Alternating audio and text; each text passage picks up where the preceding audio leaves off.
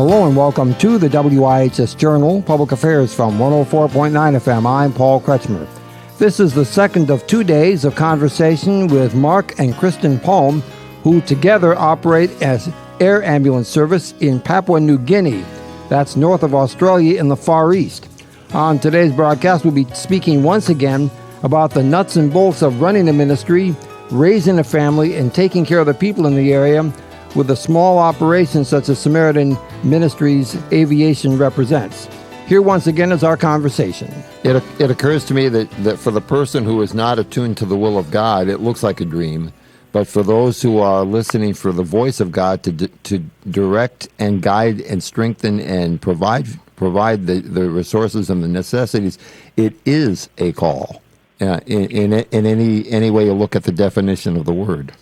Yeah, absolutely. And I think for me, as I have opportunities to share the story, like I am today, it's amazing to just try to inspire people and say, look, if God gives you a dream, don't give up. You know, it took us 10 years of telling the story and slowly raising funds and finally buying our first airplane.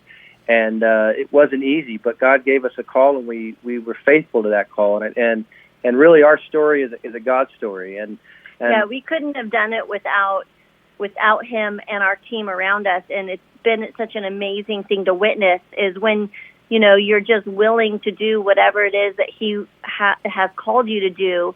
We've just walked in faith, and he has blessed over and over and over again. We've seen doors open and his hand on it. And it is so much bigger than us, and so many blessings that we've seen come out of it.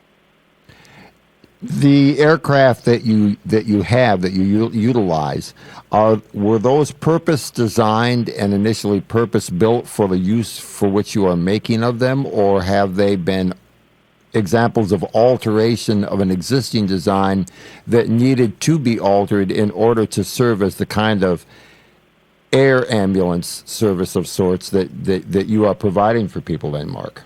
Yeah, we use Cessna 206 aircraft, and these are our airplanes that are, with the ones in New Guinea right now are in the 1980 and 1981. Mm-hmm. And really, they're aircraft that have been around. We do a lot of retrofitting to the planes that we take over there. For example, we put a right-hand door in. We put tip tanks on there, a new bigger engine, bigger propeller. Mm-hmm. Do a lot of modifications on these planes to get them ready, but they are an airplane, a very common. Cessna 206 is kind of the original bush plane a lot of Alaskan communities would use, different organizations around the world. And so we've taken those airplanes and refitted them, put brand new floats on them, and have made them a viable aircraft for the environment that we're in. And, you can take an airplane, you spend about $170,000 on it initially, and then you put about another $450,000 in to get it ready. So these aircraft are about $600,000 a project to get them ready to serve over there in Papua New Guinea. So you start out with the airframe, and then you take it from there. Yeah, exactly. You redo everything, because, if you can imagine these places, we're the only seaplanes in the area. There's no wheel runways in most of these areas. And so if you don't take a good quality aircraft over there, you're just going to be fixing it all the time. And so we want to start with something we know the history of, and we know exactly what we're starting with.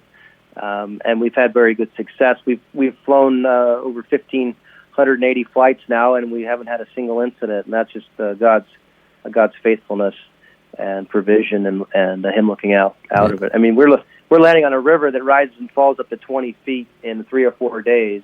That's 3,000 up to 3,000 feet wide, and there's crocodiles in the water. There's fishing nets. There's sandbars. The river is the color of chocolate, and so there's just a lot of things that you're dealing with as a pilot. And the one thing I always say is it's never the same. It never gets old, and you always have to be on your A game when you're flying over there. But it's been an amazing journey for us.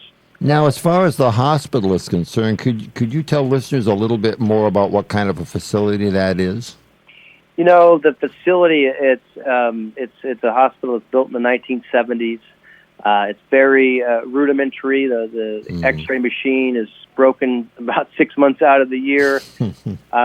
There's no radiation, no chemo for cancer. You're really working with the basics, but it's really all they have. Yeah. And it's the only hope that they have. Mm-hmm. And the exciting thing is they are working on putting together a new hospital in the next few years, and we're really excited to see that come together. But it's been, it's as I tell people, in the last 10 years, it's really not a place most Americans would take their animals or their pets, and so it is a very rough place, but it is the only hope that they have. And 93% of the patients that we fly in live, and so the hospital is doing a great job with what they have to work with. Yeah, and the hospitals feed them one meal a day, and it's rice and a little bit of greens, but they only will feed them if they bring their own plate, and they'll only give them tea or water if they bring their own cup, and so they have to provide their own stuff. And then the beds don't have sheets or anything, so they have to bring all of that stuff in. So when we visit our patients in the hospital, and it's not only sharing Christ with them, and why we're doing this is because he loves them, but also to see if they have any needs. If they've come out of an emergency situation, most of them don't have, plates. They don't have cups or forks. They don't have anything for the beds. So we also provide them that, as well as sometimes clothes and shoes while they're in the hospital. Yeah. It stands to reason that if it's an emergency situation, you're not necessarily going to have a whole lot of time in the rush to get to help, to be able to think of even what most of us would consider normal, basic, essential things in life. Yeah, and also just comforting them, because a lot of them that have come out haven't ever seen the ocean. They haven't ever seen cars or, what they call us white skins, but also even, buildings and things like that. So there's just some things that they're just overwhelmed by showing up to WIHS where the hospital is. Yeah. As far as navigational details, how do you navigate your way in the air in an area where so many of the things that maybe other aviators take for granted are absent? Well, thankfully we have GPS, and then we also have the aviation maps are all about 30 years old, and the rivers change course. And so we use the latest map actually with the village names on it, as well as aviation maps. But that's really helped us. A lot of times I'll go into a place we're still going into new villages, and I just tell the people, make sure you hang up a red flag or red piece of material, and so they'll hang that off with a stick and wave it, and I'll be flying along the river trying to find them. Yeah. And that's how we find them a lot of times. And people always ask, how do they get a hold of you? And in the upper areas of the river, it's HF, high frequency radio, and in the last few years they've actually started putting cell phone towers.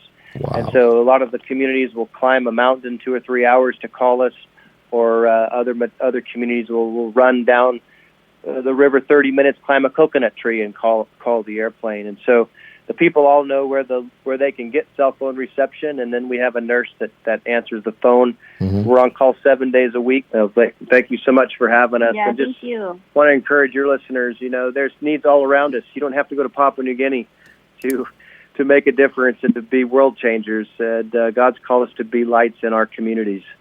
And just want to encourage you to look around you. There's needs everywhere. Be part of something bigger than yourself, and share God's love through everything that you do in your communities.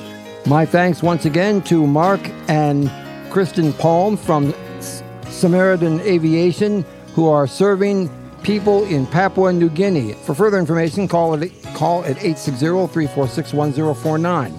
That's 860-346-1049. The opinions expressed are those of the participants, not necessarily those of the staff or management of the station. I'm Paul Kretschmer on the WIHS Journal, Public Affairs from WIHS, Middletown.